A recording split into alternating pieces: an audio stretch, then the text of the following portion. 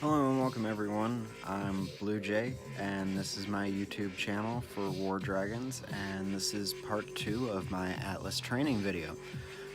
In part 1, we covered the various parts of the Atlas map and how to move around. We also went over very briefly how to summon your primarch. So building on that, today we're going to look at things that you can do on your team just as a player in Atlas, the daily things that help give you an advantage when it comes time to actually go up against another player or for your team to go up against another team in Atlas. And those things that we're going to cover today are going to be the gold mines, attacking them. We're going to go over the hunters, or the beasts, and attacking them and matching your hunt power to be able to attack them. Then we're going to go over troop training, which is by far one of the more important parts. And the last thing we are going to do is I'm going to show you how to transfer any extra resources you have to your team bank.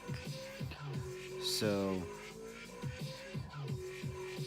starting out, one of the things you're going to notice when you look around the map is you're going to see a gold mine in just about every area of the map. All of the safe zones and all of the conquerable areas have gold mines, and some of the red zones do as well. And this is what a gold mine looks like. All of them look like that. Some of them do look a little bit fancier on higher level lands, but these are beasts. There are a few different types of them, and as you can see right here, when I click on this beast with my fighter primarch active, I cannot attack it. And that's because I do not have the correct hunt power to be able to attack this beast. And we're going to go into that later, but basically you have to be able to match your primarch's hunt power to the beast that you're trying to attack to be able to attack it. What we're going to start with is we're going to start with gold mines because they are much easier, and basically as long as you are in the area of that gold mine, you can attack it. So as long as you're within the borders that that gold mine is in, you can attack that gold mine. And your primarch has to be there, but it doesn't matter what level it is or anything like that. So again, we've got our primarch at our home castle, and to the left there is a gold mine. So we're just going to scroll over here and click on the gold mine, and when we do, a circular menu will pop up. And this one's very simple. There's only one option in it with this one, and that's attack. It does also show you the amount of gold that you're going to get. Now, this account has an Atlas Elite account payment going on right now, so it gets 5 times the daily boost of gold. So if I didn't have Atlas Elite on this account, it would show up as around 180,000 gold that I would bring in from this attack. So this just makes it a little bit faster for me to get gold. You can still get good gold without the Atlas Elite account, especially since really a lot of your XP runs should be done on gold mines and beasts because they pay out your max XP. So I'm going to click on attack, and this one, it's just like starting an attack regularly in the game, just you're not going to go through matchmaking. You're just going to go into Atlas and click on the gold mine and select the dragon you want to attack with, and you're going to run that attack. And I'm going to fast play through a lot of the attacks and cut some of them down just to get through it faster for you guys, so you're not sitting through a lot of this stuff. But they are fun. I do like watching and going through these bases, because it's always nice to be able to run through a base and kill a base with one dragon. And the fact that this one maxes out your XP and gives you gold is a great benefit to it. So as you see there, I've got the gold that it said I was going to get before the attack, and if you look next to it, it does have a tax thing marked down, and if my team currently had a tax on the castle bank, that would have taken some gold out of my attack and put it into the bank directly. And it's a good thing. Anything that goes into the castle bank helps your team. And you could sit there and attack the gold mines all day to get the gold that you need. But right now we're going to look at the beasts. So I'm going to click on this beast up here. And if you look down at the bottom of the screen to the left of my face, you'll see this pink box with an arrow pointing to it. That's the hunt power of the beast. And you need to be able to match it for the attack button to light up. And one of the things you can notice, if you look at that little arrow, you can see that the attack button is clearly not lit up. So I'm going to come over here to my primarch and click on the details button. And if you see where the arrow is pointing right now, that is the current hunt power of this primarch. So I'm going to click on the primarch again. And this time I'm going to, when that menu pops up, I'm going to click on the button to the right, and it's going to be the troop transfer button. And I'm going to type in 1500, and I'm going to put 1500 troops on this primarch. And now I'm going to check the hunt power again, and as you can see, it went up a little bit, but definitely not enough to be able to attack the beast that we were just looking at. So now I'm going to put on another 2,000 troops and check it again.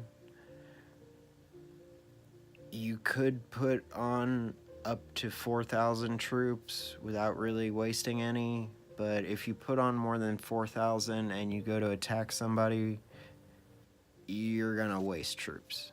But as you can see here, I still don't have really enough to attack that beast. And instead of really going and trying to, I'm going to move. But first I want to show you, when you do progress and get a higher level primarch, you're going to, you'll see this one's another one that I have.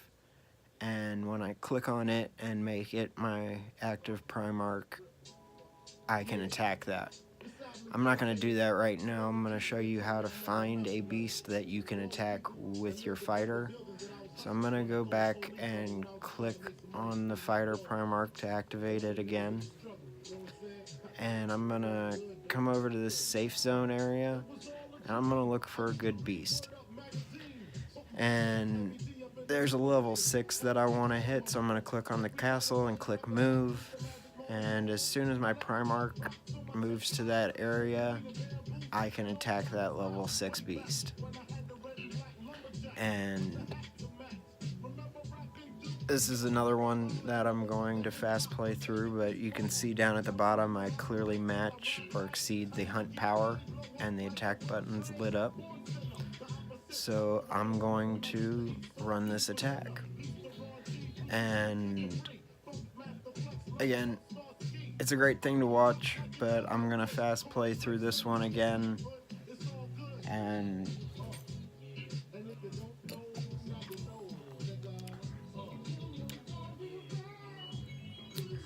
we're going to get through this really quick. And then one of the things you're going to notice is you get different stuff with the beasts. You don't just get gold. You also get crafting shards, which help you craft gear for your riders. So we're gonna do this, and as you can see here at the end, we've got the blue crafting shards, and we've got gold and we weren't taxed anything. So I'm gonna do another beast run real quick so that I can show you something else. Sorry, my dog wants to move around the camera right now. But we're gonna come over here and attack this level 5 real quick. And this is just to show you how the different beasts pay out, because this one's not, I'm not gonna get exactly the same thing with this one that I got with the last one. And this one I'm just gonna cut the entire attack out until I get to the reward part. So there's killing the base, and you'll see here I not only get the gold and the crafting shards, but I also get crafting scrolls, which are very important. You need those to craft anything new. So now we've got gold, and the most important thing that we're going to cover today is going to be troop training. So we're going to cut to that right now. We're going to cut to the troop training menu, which is part of the army menu. And you just pull that up and click over on troops. And if you look next to the troop tab itself, you'll see these little brown hats and an orange bar next to them. And then directly next to my head, you'll see a number that says 7200/H. On my screen, that's the rate at which the troops or the farmers replenish. The brown hats are farmers that you can train into troops. And then behind my head is a little helmet that has the number of troops that you have trained at this point that are still alive. Down below the actual troop and primarch tab, you'll see three spaces where you can train troops. Next to that is the instant summon button, which we're not going to cover that today. And then next to that is the revive storage, and that holds troops that you have trained but have killed in battle. And a certain percentage of troops that you kill in Atlas battles will be able to be revived. So I'm going to show you both of the menus. I'm going to show you the troop training menu itself right now, which this is when you click on one of the open spaces to train troops, this will pop up. And if you look at the top, you've got a text box that says 1390 and then a slide bar underneath of it, and I could slide that to adjust that, but it sets to the maximum number of troops that I can craft with the amount of farmers and gold that I have available. Now, I can craft them now. I can craft these new troops, and it would take 4 hours and 20 minutes to craft them. Or I can click on revive, and I'm going to be able to revive many more troops than I'm able to train new. And I'm going to be able to do it at a faster rate than I'd be able to train those troops new. But you always want to be training new troops, but you do want to revive troops primarily during the troop training events. So I'm going to click on that revive tab, and this pops up. And I'm going to slide that slide all the way over. And as you can see, I don't have enough farmers to complete this transaction, but I do have a bullhorn.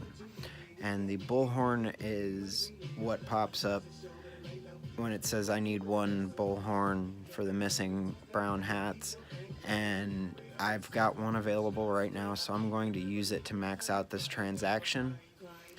And I'm going to click train, and it's going to take 5 hours. That'll pop up. You always click yes. And as you can see, it's going to take 6 hours to revive 8,000 troops, as opposed to 5 hours to train 1,600 new troops. So now, cut to a little bit later, we've got some of the troops finished. So now it comes down to collecting them. And as you can see, my primarch that's active is at home.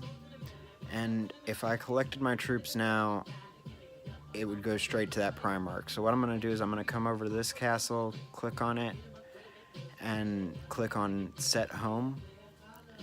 And then I'm going to open the army drawer menu again and click on each of the finished troops. And as you can see, it says transferred to barracks. And that means they went to my barracks and I can transfer them to my primarch when I need them. If I had them directly transferred to my primarch, I wouldn't be able to transfer them back to my barracks, and there's a good chance that I'd end up wasting them. So now I go back to the home castle and set it as home, and I've got gold to do it with now, so I'm going to train some troops. And you kind of always want to be training troops.